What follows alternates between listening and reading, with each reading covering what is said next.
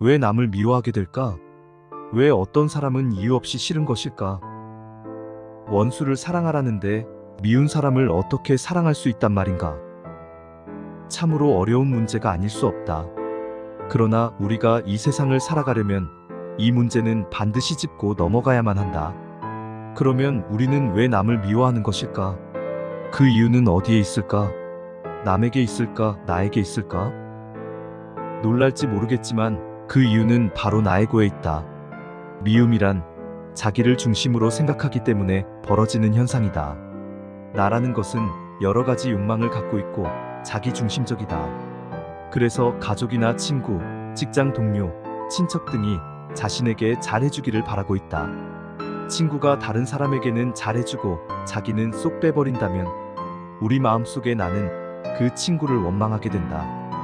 자기는 이렇게 해주기를 원하는데 그 사람은 우리가 원하는 대로 해주지 않는다. 그러면 우리는 그 사람을 미워하게 된다. 우리가 누군가를 미워하는 이유는 전부 다 이런 식이다. 미움이란 이렇게 자기를 중심으로 생각하기 때문에 벌어지는 현상이다. 결코 남 때문이 아니다. 이 세상은 변화무쌍하다. 우리는 세상을 통제할 수 없다. 세상은 거의 우리의 통제 바깥에 있다. 그런데도 우리는 세상이 자신의 뜻대로 되기를 바라고 있다. 사람에 대해서는 특히 더하다. 그러나 사람들은 상황에 따라 변한다. 결코 우리가 원하는 대로 움직여주지 않는다. 때문에 우리의 기대는 수시로 무너진다. 그 기대, 나의 욕망, 그것이 상대를 미워하게 되는 원인이다. 미움의 원인은 결국 나에게 있는 것이다. 그러면 왜 어떤 사람은 이유 없이 싫은 것일까? 그것은 그 이유를 모르기 때문에 하는 소리다. 거기에도 반드시 어떤 이유가 있다. 여러분 회사에 이유 없이 싫은 사람이 있다면 그 이유를 잘 생각해보라. 그가 여러분에게 인사를 잘하는가? 그가 여러분에게 관심을 가져주는가?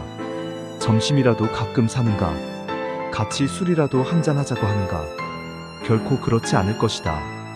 여러분에게 거의 말을 하지 않거나 무뚝뚝하고 친절하지 않거나 여러분의 마음에 들게 행동하는 점이 거의 없기 때문에 미울 것이다. 결코 이유 없이 싫은 게 아니다. 잘 생각해보라. 여러분이 원하는 그런 이미지에 어긋나기 때문일 가능성이 많다. 그 이미지 또한 여러분 마음속에 나의 그림자에 지나지 않는다. 결국 그가 싫은 것은 바로 여러분의 속에 나 때문인 것이다. 원수를 사랑하기 위해서는 나를 알지 않으면 안 된다. 그렇다면 그렇게 믿고 심지어는 원수 같은 사람을 어떻게 하면 사랑할 수 있을까? 과연 그게 가능할까? 자기의 부모를 죽인 원수를 과연 사랑할 수 있을까? 예수는 이렇게 말했다. 네 원수를 사랑하라. 70번씩 7번이라도 용서하라. 과연 그게 가능할까? 사실 우리가 원수를 사랑한다는 것은 거의 불가능하다. 무조건 참는다고 되는 것도 아니다. 참는다는 건 일시적으로 자신을 속이는 것이지 그 원한이 결코 없어지는 것은 아니다. 참는다는 것은 억압하는 것이기 때문에 그 원한은 오히려 무의식 깊은 곳에 들어가서 숨어버리게 된다. 그것은 소멸하는 게 아니기 때문에 항상 폭발할 기회를 노리고 있다. 그러다가 더 이상 견딜 수 없게 되면 폭발해버린다. 그렇지 못하면 그것은 신체적인 병이나 정신병이 된다. 때문에 단순히 참는다고 되는 게 아니다. 그렇게 해서는 결코 원수를 사랑할 수 없다. 그렇다면 어떻게 해야 될까?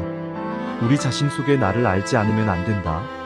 나라는 것은 자라면서 축적되어 온 경험의 집합체이기 때문에 거기에는 갖가지 욕망들이 잠재해 있다. 그것은 과거로서 우리의 마음속에 기억이 되어 떠오른다. 그 생각이 욕망으로 진전되는 것이다.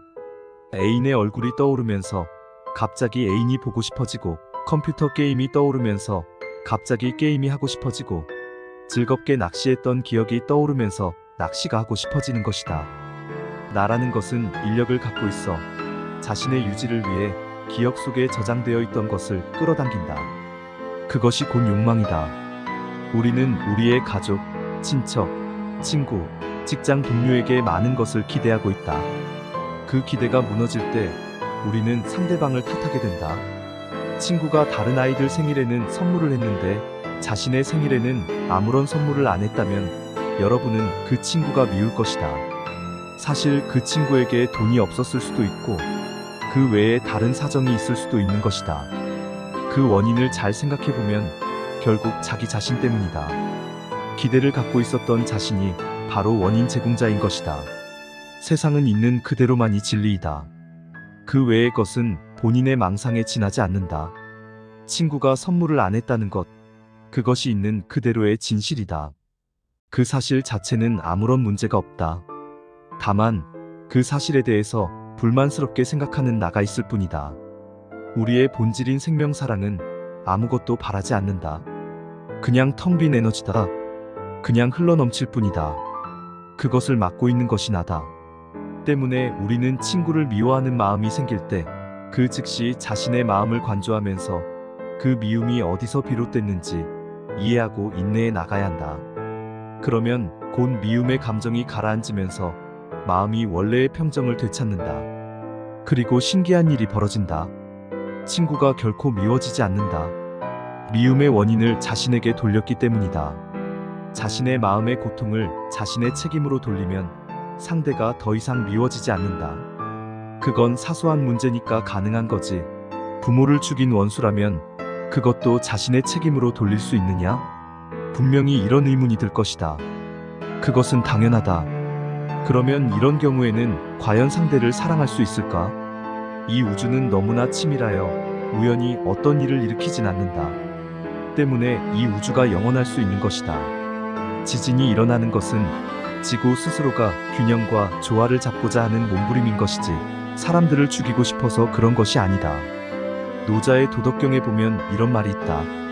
하늘의 그물은 섬기지만 그 무엇도 빠뜨리는 법이 없다. 부모가 원수의 손에 죽은 것은 개인의 입장에서 봤을 때는 전혀 이해할 수 없는 일이지만 우주적 입장에서 봤을 때는 그것이 필요했기 때문에 일어난 것이다.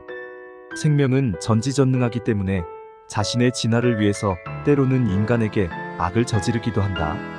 사람이라는 매개체를 통해서 살인자 자신에게는 대단히 불행한 일인지는 모르지만 우주 전체적으로는 그 사건을 통해서 조화와 균형을 되찾는 것이다. 만약 그 부모들이 예전에 그와 같은 악을 저질렀다면 본인들이 다시 그런 상황에 처하게 함으로써 어떤 교훈을 얻게 할 수도 있고 아니면 그 자식이 부모를 잃는 과정을 겪음으로써 그의 인격상의 잘못을 바로잡을 수 있는 어떤 교훈을 얻게 하는 것인지도 모른다. 우리가 이렇게 보이지 않는 우주자연의 이치와 작용을 이해하면 인간사에서 일어나는 사건과 사고를 거의 대부분 이해할 수 있다. 아니, 생명사랑의 전지전능함과 생명의 뜻을 이해한다면 모든 것을 이해할 수 있다. 그 세계는 인간의 논리를 넘어서 있다. 게다가 또 우리가 생명의 본질을 알고 우리 몸의 본질을 이해한다면 거의 모든 고통에서 벗어날 수 있다. 우리의 본질인 생명 에너지는 죽지 않는 것이고 우리 몸은 단지 5대 요소가 모여서 이루어진 실체가 없는 허상이라는 것을 안다면 우리는 죽음에 대해서 그렇게 큰 두려움을 느끼지 않을 것이다. 부모의 몸은 죽더라도 부모의 본질인 생명 에너지는 죽지 않는다. 우리가 고통스러운 것은 부모의 몸을 실체로 알고 거기에 집착하기 때문이다. 그 몸은 원래 없던 것이었다. 자라면서 생긴 것이다. 부모님과 함께 살아오면서 부모님의 몸이 부모님의 실체라고 착각하게 된 것이다. 그리고 거기에 집착하게 된 것이다. 우리 마음속에 나의 단단한 애착관계로 자리 잡게 된 것이다. 부모에 대한 집착도 자라오면서 생긴 것이다. 만약 다른 사람의 부모가 죽었다면 우리는 그 살인자를 그렇게 미워하지 않을 것이다. 그 차이는 어디에 있는가? 그것은 바로 나의 부모이기 때문이다. 나의 깊이 아로새겨진 소유와 애착 때문이다. 그것은 실체가 아니다. 자라면서 생긴 것이다. 그 허상이 우리를 분노케 하는 것이다. 우리의 생명사랑은 이 세상에서 일어나는 모든 일을 받아들인다. 왜냐하면 그 사건은 이 우주, 자연이라는 전체 생명이 조화와 균형으로 나아가기 위하여 일으키는 현상이기 때문이다. 우리의 생명은 전지전능하기 때문에 모든 것을 이해할 수 있다. 그러나 나라는 것이 그것을 가로막고 있다. 우리가 이런 사실을 이해한다면 부모의 원수조차도 사랑할 수 있을 것이다. 원수를 심판하지 말라. 원수에 대한 증오는 나의 욕망과 그 애착에서 비롯된 것이다. 그러므로 우리 자신이 원수를 심판해서는 안 된다. 모든 것은 생명 하늘의 뜻이기 때문에 심판은 하늘에 맡겨야 한다. 나가 심판해서는 안 된다. 전지전능한 생명 하늘이 알아서 심판할 것이다. 때문에 미움이 생기면 먼저 자신의 마음을 들여다보아야 한다. 나의 욕망과 집착을 이해해야만 한다. 그리고 인내해야 한다. 나로 인한 고통을 꿋꿋이 인내해야 한다. 매우 힘들 것이다. 죽을 것 같을 것이다. 원수를 지금이라도 당장 찔러 죽이고 싶은 마음을 인내한다는 게, 그러나 그것은 우리 마음속에 나가 죽는 것이기 때문에 전혀 두려워할 필요가 없다. 생명 사랑이 주체가 되어 마음속에 나의 고통을 어루만져 주라. 사랑으로 쓰다듬어 주라. 자기 자신의 아픔을 사랑하라. 그것이 진정으로 자기 자신을 사랑하는 것이다. 만약에 그렇지 않고 나의 욕망에 따라 원수를 죽인다면 나의 욕망이야 충족되겠지만 우리의 본질인 생명은 평생 고통을 겪어야만 할 것이다. 무기징역수가 되어 자유가 없는 비참한 삶을 살아야 할 것이다. 감옥에서 우리는 후회하게 될 것이다. 이건 뭔가 잘못된 거야. 분명히 뭔가 잘못된 거야. 하면서 말이다. 그것은 결코 자신을 사랑하는 것이 아니다. 자기 자신을 감옥에 집어넣어 생명의 자유를 구속하는 것은 진정으로 자신을 사랑하는 행위가 아니다. 자기 자신을 사랑한다는 것은 자신의 생명을 사랑하는 것이지 자신의 마음속의 나에고의 욕망을 사랑하는 것이 아니기 때문이다. 그래서 원수를 사랑하라는 말로는 결코 원수를 사랑할 수 없다. 70번씩 7번이라도 용서하라는 말로도 안 된다. 그것은 일시적인 것에 불과하다. 분노가 일어나는 자기 자신부터 사랑하지 않고서는 그것은 결코 될 수 없는 일이다. 그것은 자신을 속이는 것밖에는 안 된다.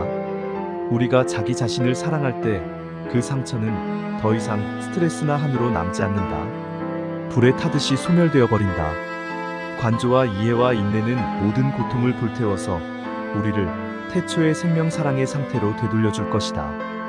벌거벗은 우리의 순수한 본질로 되돌려 줄 것이다. 그것은 매우 고통스럽고 고독한 작업이다. 그러나 그 고독 속에서 우리는 사랑의 본질을, 진정한 자아를, 신을 발견하게 될 것이다. 영원히 죽지 않는 생명을 발견하게 될 것이다.